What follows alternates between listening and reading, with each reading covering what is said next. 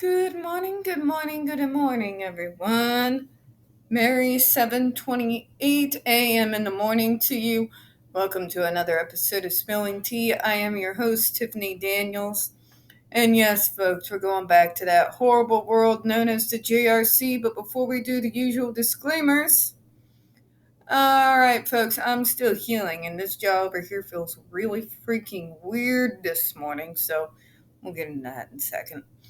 First off, you are going to see the link to the report we're going over right there in the description box, alongside the other pertinent links to the Stop the Shocks campaign, including Autistic Hoya's massive archive on the subject, and the tin plates. You know the drill, folks. Type your name, click on your senator, and the ever-present and self-explanatory Change.org Shut the Judge Rotenberg Center Down petition. Now, folks, when we talk about the JRC, you're going to hear vivid descriptions of and catch clips of surveillance footage of peoples with disabilities being tortured and abused. If you got young children present, please use your headphones, alright? Alright, now, it is now 7:29 a.m. in the morning, and like I said, jaw's feeling a little weird. So if I stumble over my words, stop for a moment, or go off blubbering, I'm not awake yet, my apologies in advance, alright?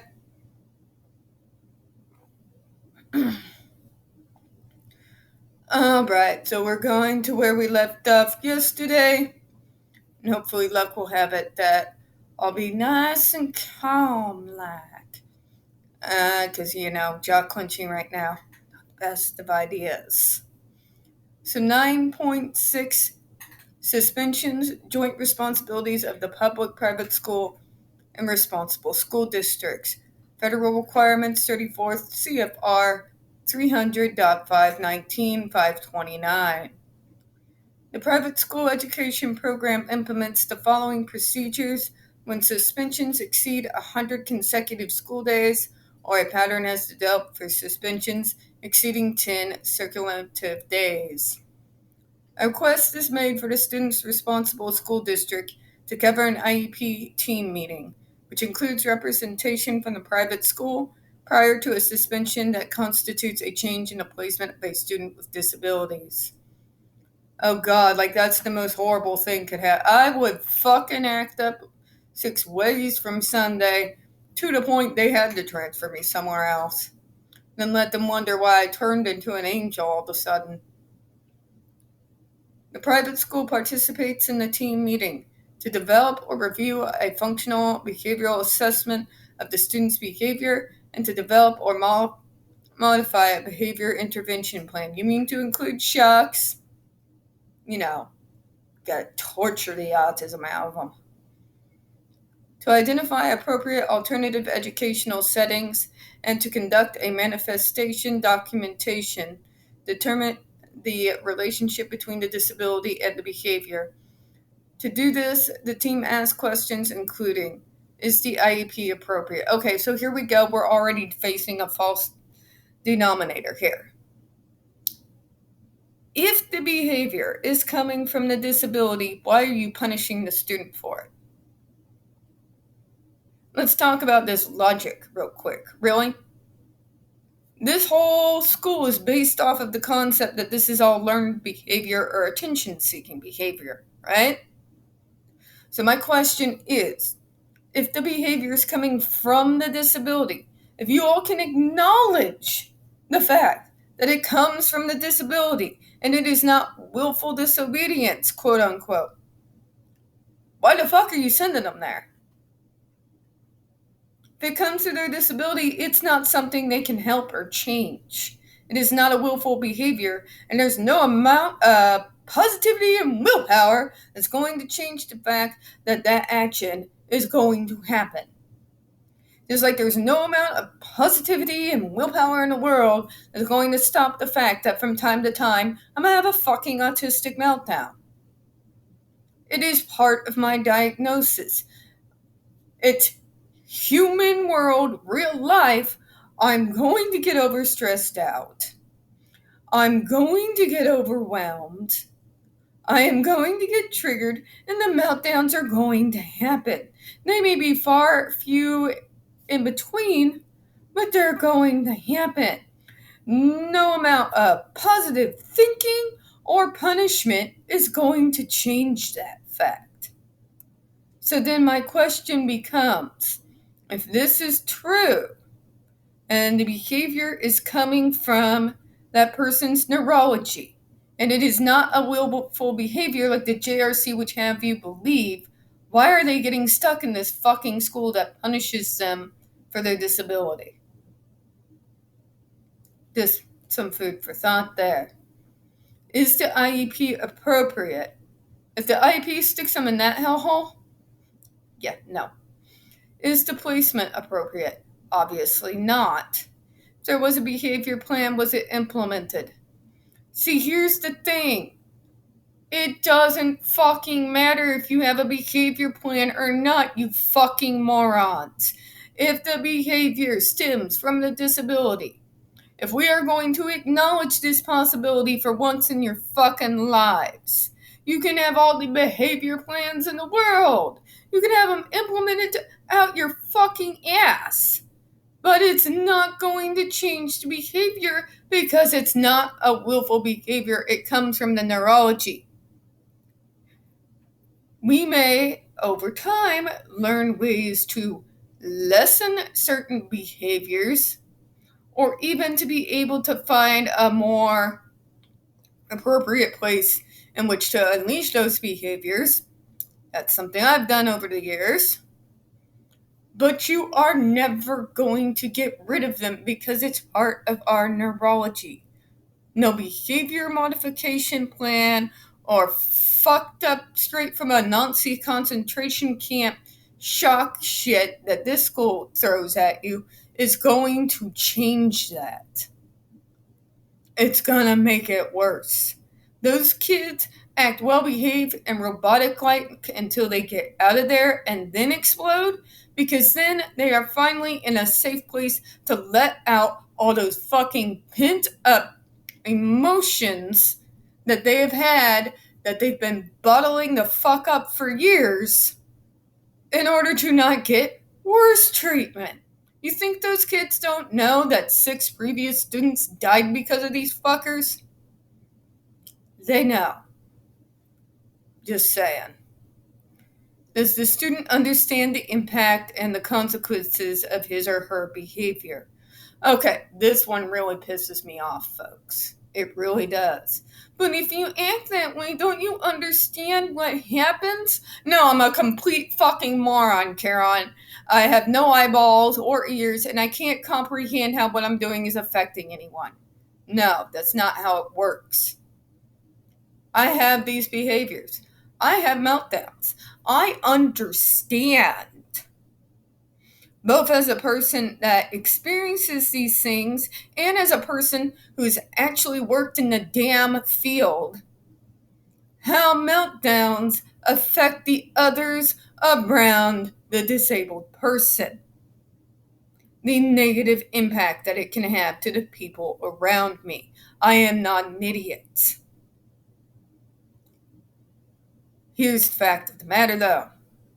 Just because I have this understanding doesn't mean I have any goddamn power by the time that snap happens to be able to stop the behavior. I can't. That neuron is fired. It was too late like 30 goddamn minutes ago. Okay? No amount of fucking understanding is going to stop me from having a behavior. That is a part of my neurology. Can the student control his or her behaviors? That's what I'm talking about. If it stems from the disability, if the student can't control it when it happens, or in my case, if you can only control it to a certain extent until that snap comes, why are we even having this conversation? Why does this school even exist? Because you are playing with this idea that maybe these behaviors are stemming from their disability. Then you want to sit there, but do they understand? Understanding doesn't stop the behavior, people. If it is part of your neurology, I'm sorry, but you're fucked.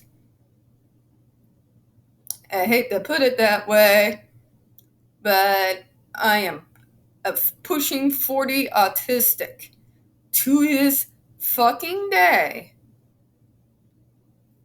If I go into an autistic snap, that's it. There's no pulling myself out of it. It stops when I run out of steam. And God help anybody who brings up the topic of what set off that final trigger in the first place only a little bit of time afterwards. Okay?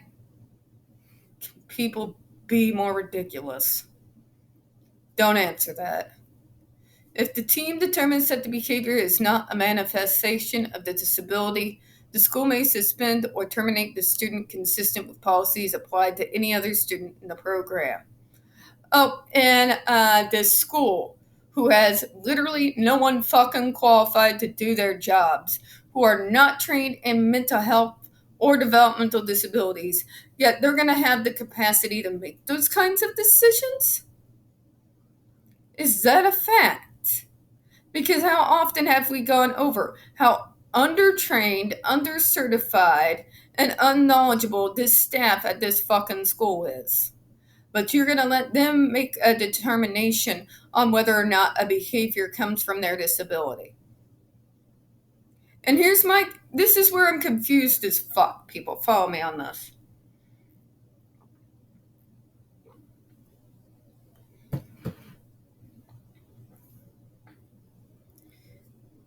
What's the point of this school? Okay? So yes, we accept all people with disabilities who are just severely disabled and a danger to themselves and others because of their disability. So we're going to use fucking shock treatment, starvation, and sleep deprivation. Oh, but if the behavior comes from their disability, make it make sense. Make it make sense. It is either willful behavior or it's not. And if it's not willful behavior, what makes you think that any amount of fucking torture you put those kids through is going to have an impact other than to fucking traumatize them for the rest of their lives? Make it make sense. And if it is an action that doesn't stem from their disability, let me ask the question again. See what I'm saying? And then, to make it all the more confusing, they then proceed to continue to justify what the fuck they do to these kids, saying they're severe, they're this, they're that, they're these behaviors stemming from their disability, which we're going to punish them for. Moving on. God. Okay. If the team determines the behavior is not a manifestation of the disability, the school may suspend or terminate the student consistent with policies applied to any other student in the program. The responsible school district must, however, offer an appropriate education program to the student with disabilities, and that may be in some other setting. If the team determines that the behavior is a manifestation of the disability, the policing district, in coordination with the private school, must take steps with consent of the parents to modify the IEP, behavioral intervention plan, and or the placement. And they're going to tell us the implemented response required. So, for fuck's sake, people. If it comes from their disability, keep them in that hellhole and just keep punishing them. And one day they will be so fucking traumatized they can't even fucking function without even being afraid of their own goddamn shadow. Fuck me. Department of Education findings. Documentation review indicates that the school's written policy addressing alternative education with a residential setting does not describe fully the process involved in the decision-making regarding whether or not a student is safe enough to be transported from their residence to the school. Oh, if the student is safe enough. Oh, really? Really? You should be really looking into that, staff. That written policy does not derail the staff involved with the decision making. How services specified on the IEP are provided in the residence, and how the situation is monitored so the student can return to school as quickly as possible. Oh, God fucking forbid we have a vacation from that goddamn hellhole. Fuck me. I'm going to end on this note because this is just confusing as fuck. So, if we can acknowledge that a behavior stems from a disability, if we can understand that it is coming from their own neurology, what in the name of God makes you people think that a behavior modification program is gonna work? Behavioral modification is based off the false premise that these behaviors are willful. They're not. So if we can determine that these behaviors come from the disability, comes from the neurology itself, how the fuck is any of this supposed to be of any help to the student? It's not. Kids get put there, abandoned, and left to rot by uncaring school districts. I won't say caregivers because some parents don't know what the fuck goes on in that place.